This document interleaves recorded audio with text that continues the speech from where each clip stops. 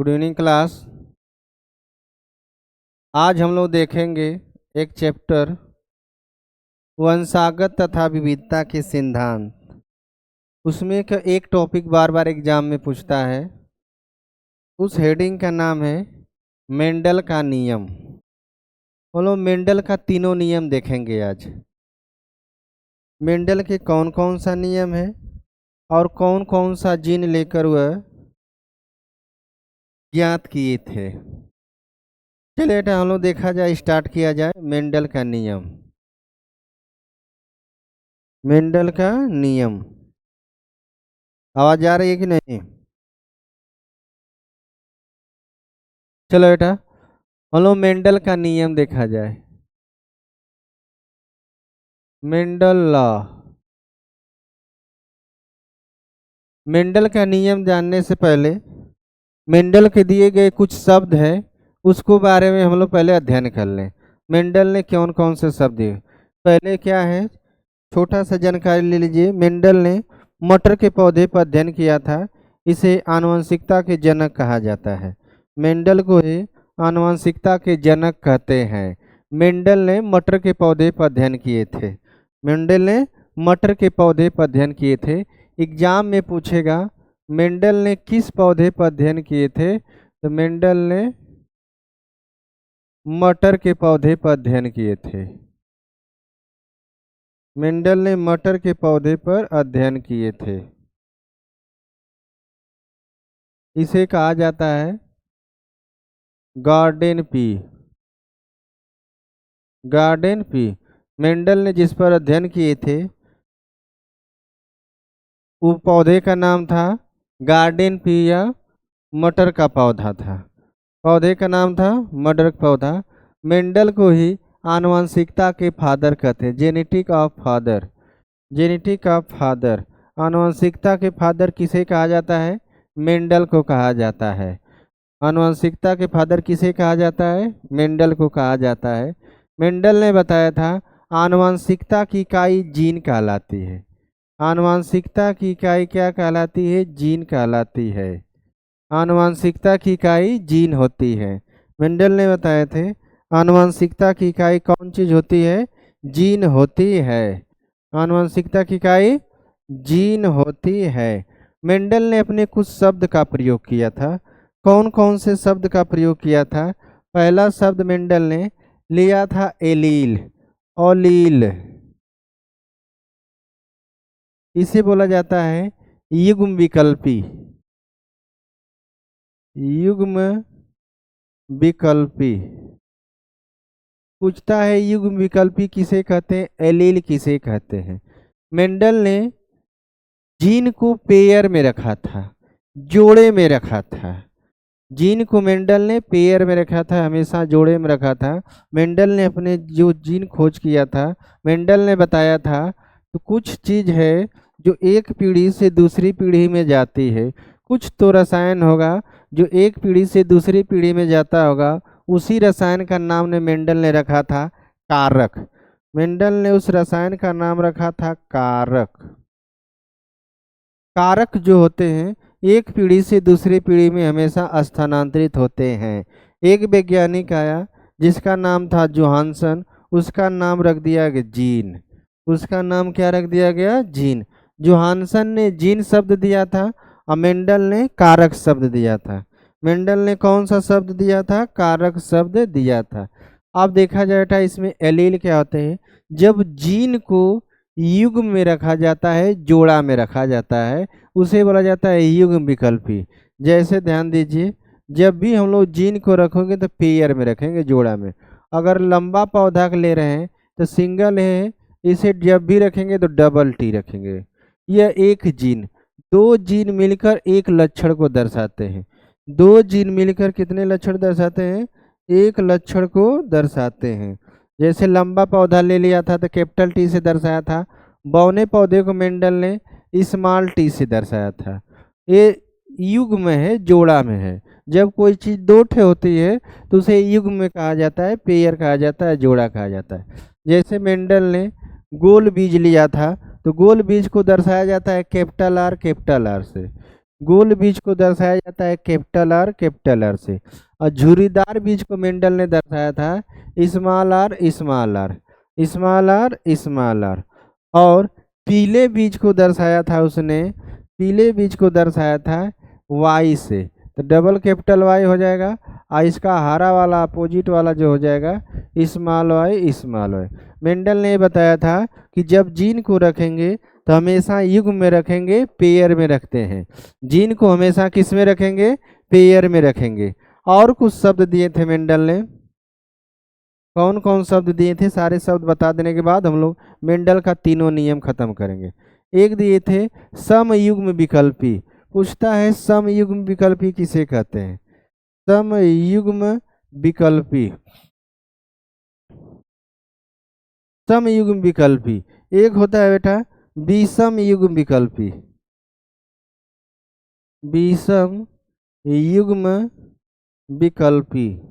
एक होता है समयुग्म विकल्पी, एक होता है विषम युग्म विकल्पी।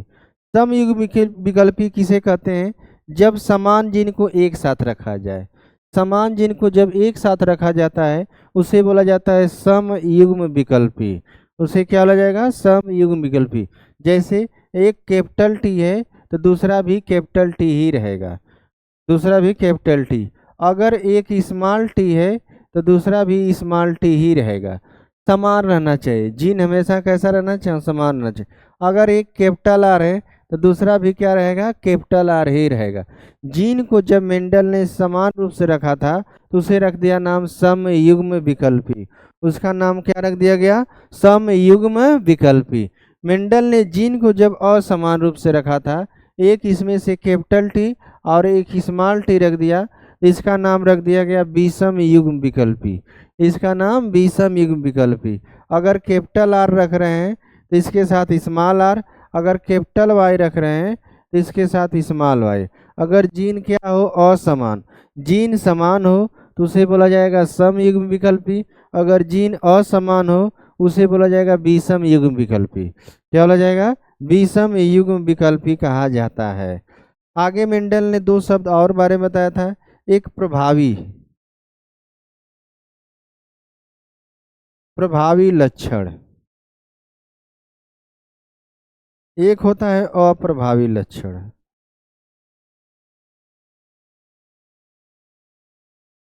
अप्रभावी लक्षण, प्रभावी लक्षण किसे कहा जाता है, अप्रभावी लक्षण किसे कहा जाता है। जैसे मेंडल ने दो जीन लिया, एक कैपिटल टी ले लिया और एक स्मॉल टी, एक कैपिटल टी एक स्मॉल टी। तो कैपिटल टी वाला स्मॉल टी लंबे वाला पौधा बौने वाले पौधे पर हमेशा प्रभाव डालता है, और बौना वाला पौधा लंबे वाले प्रभाव नहीं डाल सकता है। तो लंबा वाला पौधे का नाम मेंडल ने रख दिया था प्रभावी लक्षण या प्रभावी जीन, और इसका स्मॉल वाले पौधे को इसने इसे बताया था अप्रभावी जीन है। यह अप्रभावी लक्षण उत्पन्न करता है, ये अपने लक्षण को प्रदर्शित नहीं कर पाता है। हमेशा प्रभावी को मेंडल ने कैपिटल टी से दर्शाया था, अप्रभावी को हमेशा स्मॉल टी से, अप्रभावी को हमेशा स्मॉल में दर्शाया था, अप्रभावी को हमेशा मेंडल ने उसे किस में दर्शाया था, कैपिटल में दर्शाया था। किस में दर्शाया था, कैपिटल में उसे दर्शाया था। आगे देखिए बेटा, इसमें ये हो गया मेंडल, मेंडल ने किस पौधे पर अध्ययन किया था, तो मटर के पौधे पर अध्ययन किया था। इसे मेंडल को क्या कहा जाता है, आनुवंशिकता के जनक कहा जाता है, जेनेटिक ऑफ फादर। आनुवंशिकता की इकाई क्या कहलाती है, जीन कहलाती है। मेंडल ने कुछ शब्द दिया था, अलील दिया था, कारक दिया था, समयुग्म विकल्पी क्या था, विषम युग्म विकल्पी, प्रभावी अप्रभावी। अलील उसे कहा था मेंडल ने, जीन मेंडल ने जीन को दिया था तो उसे नाम रख दिया गया अलील। क्या नाम रखा था, अलील। कारक किसे कहा था, कुछ तो कुछ रसायन पदार्थ होते हो जो एक पीढ़ी से दूसरी पीढ़ी में जाते हो। समयुग्म विकल्पी में उसे कहते हैं जब जीन जो होते हैं समान रहते हैं उसे समयुग्म विकल्पी कहते हैं। विषम युग्म विकल्पी किसे कहते हैं, जब जीन क्या होते हैं, असमान होते हैं। जब जीन असमान होते हैं तो उसे बोला जाता है विषम युग्म विकल्पी कहा जाता है। प्रभावी लक्षण हमेशा प्रभाव डालता है, अप्रभावी लक्षण एक दूसरे प्रभाव नहीं डाल पाता है, अप्रभावी लक्षण एक दूसरे प्रभाव नहीं डाल पाता है। चलिए आगे देखा जाए, मेंडल ने, मेंडल का अब लॉ देखा जाए, मेंडल का लॉ। मेंडल के नियम हम लोग देखेंगे, ये एग्जाम में पूछता है, इसको ध्यान से देखें। मेंडल का नियम, मेंडल का नियम,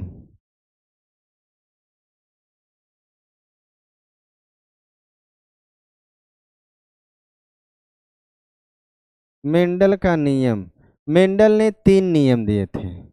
मेंडल ने 3 नियम थे। पहले नियम का नाम मेंडल ने रखा था प्रभाविता का नियम। प्रभाविता का नियम, प्रभाविता का नियम। मेंडल ने एक नियम दिया था, पहले नियम का नाम मेंडल ने प्रभाविता का नियम रखा था। दूसरे नियम का नाम मेंडल ने रखा था पृथक्करण का नियम। पृथक्करण का नियम, इसी को बोला जाता है विसंयोजन का नियम। पृथक्करण को ही बोला जाता है विसंयोजन का नियम। तीसरा मेंडल ने नियम दिया था स्वतंत्र अपव्यूहन का नियम। स्वतंत्र अपव्यूहन, स्वतंत्र अपव्यूहन का नियम। मेंडल ने 3 नियम दिया था। मेंडल ने कितने नियम दिया था? 3 नियम दिया था। पहले नियम का नाम था प्रभाविता का नियम, दूसरे नियम का नाम था पृथक्करण का नियम, तीसरे नियम का नाम रखा था स्वतंत्र अपव्यूहन का नियम। स्वतंत्र अपव्यूहन का नियम। तो हम लोग देखेंगे पहले प्रभाविता का नियम। कौन सा नियम देखेंगे? प्रभाविता का नियम देखेंगे। मेंडल का पहला लॉ देखेंगे, लॉ ऑफ डोमिनेंस। इंग्लिश में बोला जाता है लॉ ऑफ डोमिनेंस। प्रभाविता का नियम, प्रभाविता का नियम, law of dominance, law of dominance, प्रभाविता का नियम। प्रभाविता के नियम में मेंडल ने एक जीन वंशागत पर अध्ययन किया था। एक जीन लेकर मेंडल ने प्रभाविता के नियम को ज्ञात किया था। कौन कौन से मेंडल ने प्रभाविता के नियम में कौन कौन सा जीन लिया था? मेंडल ने लंबे पौधे लिया था, लंबा पौधा।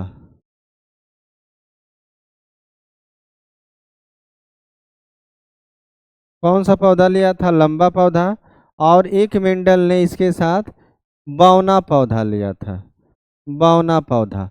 लंबा पौधा को दर्शाया जाता है कैपिटल टी से और बौने पौधे को दर्शाया जाता है स्मॉल टी। मेंडल ने प्रभाविता के नियम ज्ञात करने के लिए एक जीन लिया था, पौधे की लंबाई लिया था। मटर की पौधे की लंबाई देखकर उसको ज्ञात किया था। तो लंबे वाला जीन लिया था और बौने वाले जीन लिया था। लंबे वाले जीन को मेंडल ने उसका नाम रखा कैपिटल टी, कैपिटल टी। और बौने वाले को उसको इंडिकेट कर दिया, दर्शा दिया गया स्मॉल टी, स्मॉल टी। और इसमें क्या कराया? क्रॉस कराया। क्या कराया? क्रॉस कराया, संकरण कराया। संकरण कराया तो इसको क्या किया? चेकर बोर्ड के माध्यम से इसको हम लोग हल कर रहे हैं। जैसे मान लीजिए यह है चेकर बोर्ड है, इसमें हम लोग 4 खाने बना दे रहे हैं। एक लंबा वाले जीन को इधर रख दे रहे हैं, बौना वाला जीन को इधर रख दे।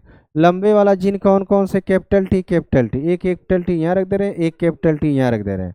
अब बौने वाले जीन को मैं इधर रख दे रहा हूँ, small T, small T, small T और स्मॉल टी।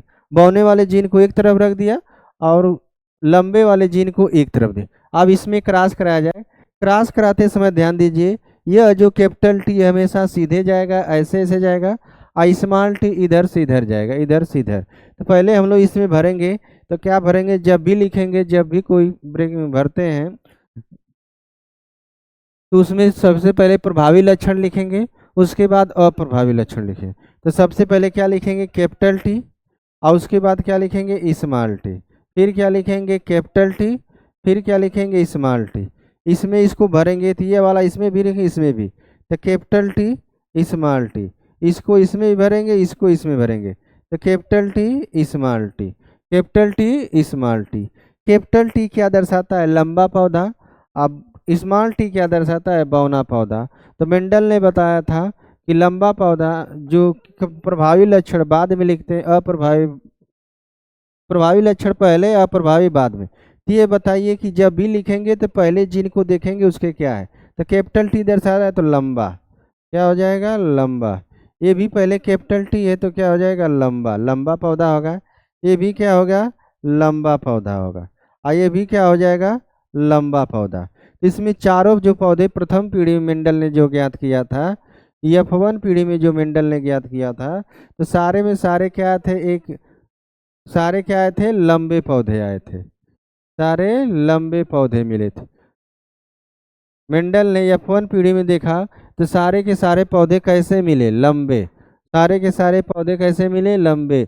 लंबा वाला पौधा देखा, बौने वाले पौधे पर वह प्रभाव डाल रहा था। लंबा वाला पौधा बौने वाले पौधे पर प्रभाव डाल रहा था, तो मेंडल ने इसी का नाम नियम बना दिया, प्रभाविता का नियम। इस नियम का नाम क्या है, प्रभाविता का नियम। सारे पौधे इसमें कैसे मिले थे, लंबे। F1 पीढ़ी में जब पहली बार मेंडल ने लंबे पौधे और बौने पौधे के बीच में क्रॉस कराया, तो सारे के सारे पौधे कैसे मिले थे, लंबे मिले थे। अब इसका हम लोग निकालें दूसरा नियम। दूसरा नियम मतलब पृथक्करण का नियम, पृथक्करण का नियम। दूसरे नियम का नाम है पृथक्करण का नियम, पृथक्करण का नियम।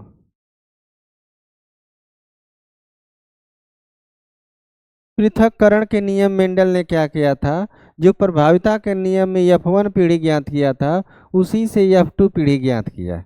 F2 पीढ़ी, तो F1 पीढ़ी मेंडल ने क्या ज्ञात किया था, F1 पीढ़ी में पौधे, सभी पौधे कैसे मिले थे, लंबे मिले थे।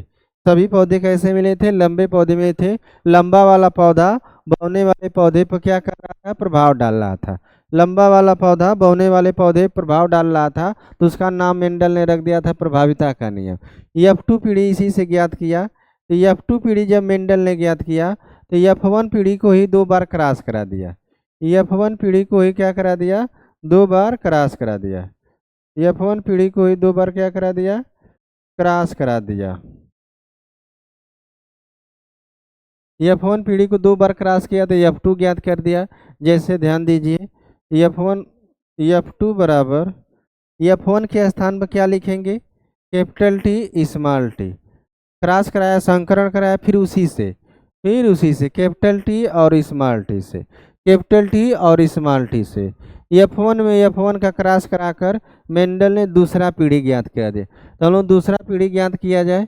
दूसरा पीढ़ी ज्ञात करेंगे तो ध्यान दीजिए, पहले हम लोग चेकर बोर्ड बनाए। साफ दिखाई दे रहा है कि नहीं बेटा, पहले हम लोग क्या बना दिए, चेकर बोर्ड। चेकर बोर्ड के माध्यम से इसे हम लोग देख रहे हैं। चेकर बोर्ड में इसमें 4 खाने हम बना दे। अब क्या किया था मेंडल, F1 को 2 बार क्रॉस कराया। यहाँ लिख दे रहे हैं, यहाँ एक बार कैपिटल टी स्मॉल टी लिखेंगे, और वही चीज़ इधर भी लिखेंगे, कैपिटल टी और स्मॉल टी। तो यहाँ एक बार इसको भरेंगे, यहाँ पर एक कैपिटल टी यहाँ जाएगा, स्मॉल टी यहाँ जाएगा, कैपिटल टी यहाँ जाएगा, स्मॉल टी यहाँ जाएगा। अब इसको फिल किया जाए, तो फिल करेंगे तो पहले इस खाना में पहले कैपिटल टी, ये भी कैपिटल टी है तो कैपिटल टी भर देंगे, दोनों कैपिटल टी भर देंगे। इसमें भरेंगे तो पहले क्या लिखेंगे, इसमें कैपिटल टी और उसके बाद क्या लिखेंगे, स्मॉल टी। पहले प्रभावी लिखेंगे, फिर उसके बाद अप्रभावी। इसमें भरेंगे तो ये इसमें भी आएगा, तो पहले कैपिटल टी, फिर क्या लिखेंगे, स्मॉल टी, कैपिटल टी फिर स्मॉल टी। इसमें क्या आएंगे, ए भी स्मॉल है, ए भी स्मॉल, तो दोनों क्या भर देंगे, स्मॉल टी स्मॉल टी। दोनों कैसे रहेंगे, स्मॉल टी होते हैं। बताइए यह क्या है, कैपिटल टी यदि यह शुद्ध लंबा पौधा, यह पूरी तरह से शुद्ध लंबा पौधा है, यह लंबा पौधा है। ये भी कैसा पौधा मिला, इसमें लंबे पौधा मिले मटर के। यह कैसा पौधा इसमें मिले, शुद्ध बौना पौधा मिला। शुद्ध कैसे पौधे मिले, तो शुद्ध बौने पौधे मिले। मेंडल ने जब F2 पीढ़ी के क्रॉस कराया तो उसने देखा तो कुछ पौधे क्या मिले थे, पूरी तरह से लंबे मिले थे, पूरे लंबे थे, कुछ मीडियम साइज के लंबे थे, और कुछ पूरी तरह से बौने थे। पूरी तरह से क्या थे, बौने थे। देखा कि F1 पीढ़ी से मैचे नहीं खा रहा है, हम लंबे पौधे बौने पौधे लिए थे और सारे के सारे पौधे इसमें पृथक हो गए, अलग अलग हो गए।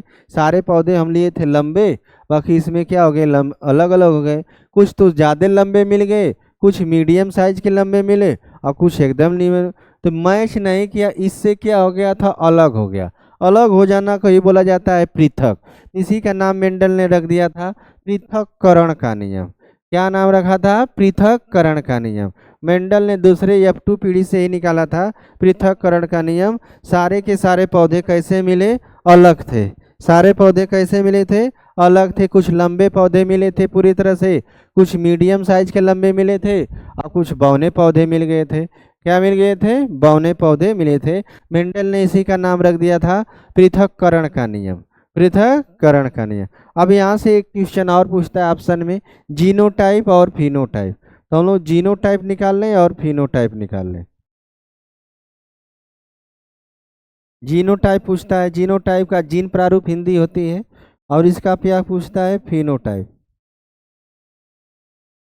फिनोटाइप इसका हिंदी होती है लक्षण प्रारूप। लक्षण प्रारूप। और इसकी हिंदी होती है जीन प्रारूप।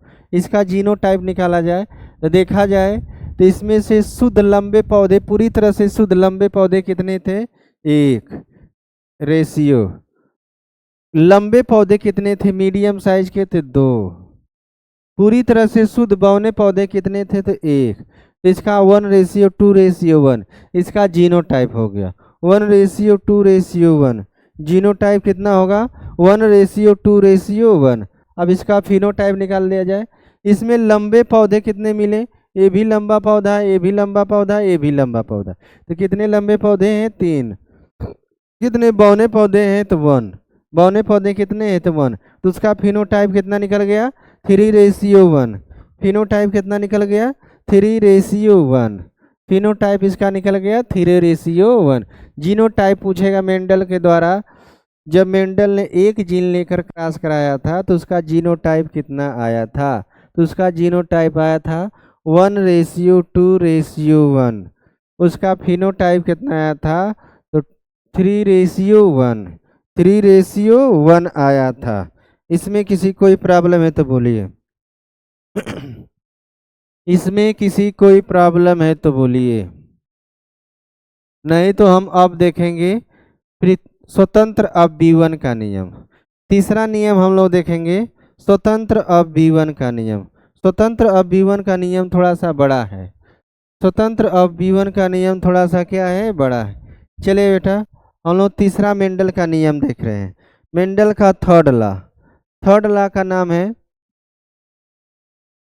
मेंडल ने तीसरा नियम कौन दिया था? स्वतंत्र अपव्यवन का नियम। स्वतंत्र अपव्यवन का नियम। स्वतंत्र अपव्यवन का नियम। स्वतंत्र अपव्यवन का नियम। मेंडल ने तीसरा नियम कौन सा ज्ञात किया था? इसमें द्विसंधि लेकर ज्ञात किया था। द्विसंकर क्रॉस कराया था। द्विसंकर संकरण। द्विसंकर संकरण। इसे मेंडल ने स्वतंत्र अपव्यवन के नियम ज्ञात करने के लिए मटर के पौधे में से कौन कौन से गुण लिया था? तो मटर का लिया था आकार। मटर का कौन कौन सा आकार लिया था? तो एक गोल वाला आकार लिया था। ध्यान दीजिए बेटा, कौन सा लिया था? गोल। गोल का विपर्यासी होता है चपटा या झुर्रीदार। चपटा या झुर्रीदार। झुर्रीदार। चपटा या झुर्रीदार लिया था। एक और इसके साथ जीन लिया था पीला। कौन लिया था? पीला। पीला के साथ इसका विपर्यासी लक्षण लिया था हरा।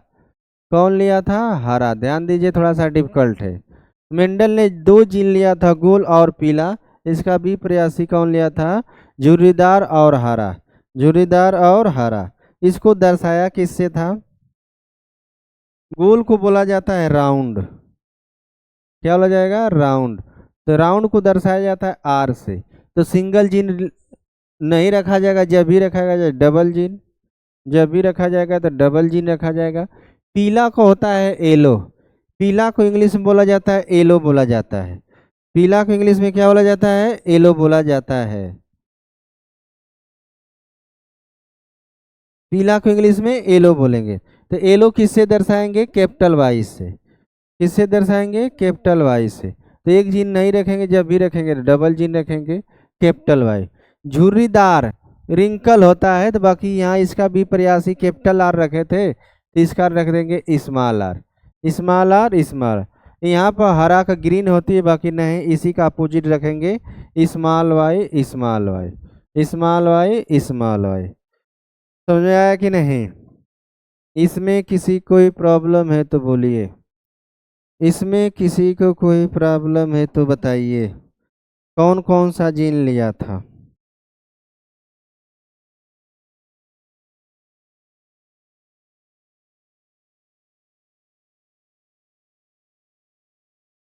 इसमें कोई प्रॉब्लम है तो बोलिए।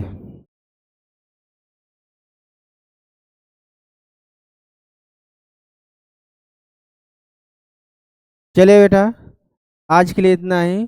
कल हम लोग थर्ड लॉ देख लेंगे, टाइम ज़्यादा हो गया है, ज़्यादा बड़ी वीडियो हो जाएगी, तो कल हम लोग देख लेंगे थर्ड लॉ। आज के लिए इतना ही। सभी को समझ में आया हो तो ज़रूर बताइएगा। सभी को गुड बाय, गुड नाइट।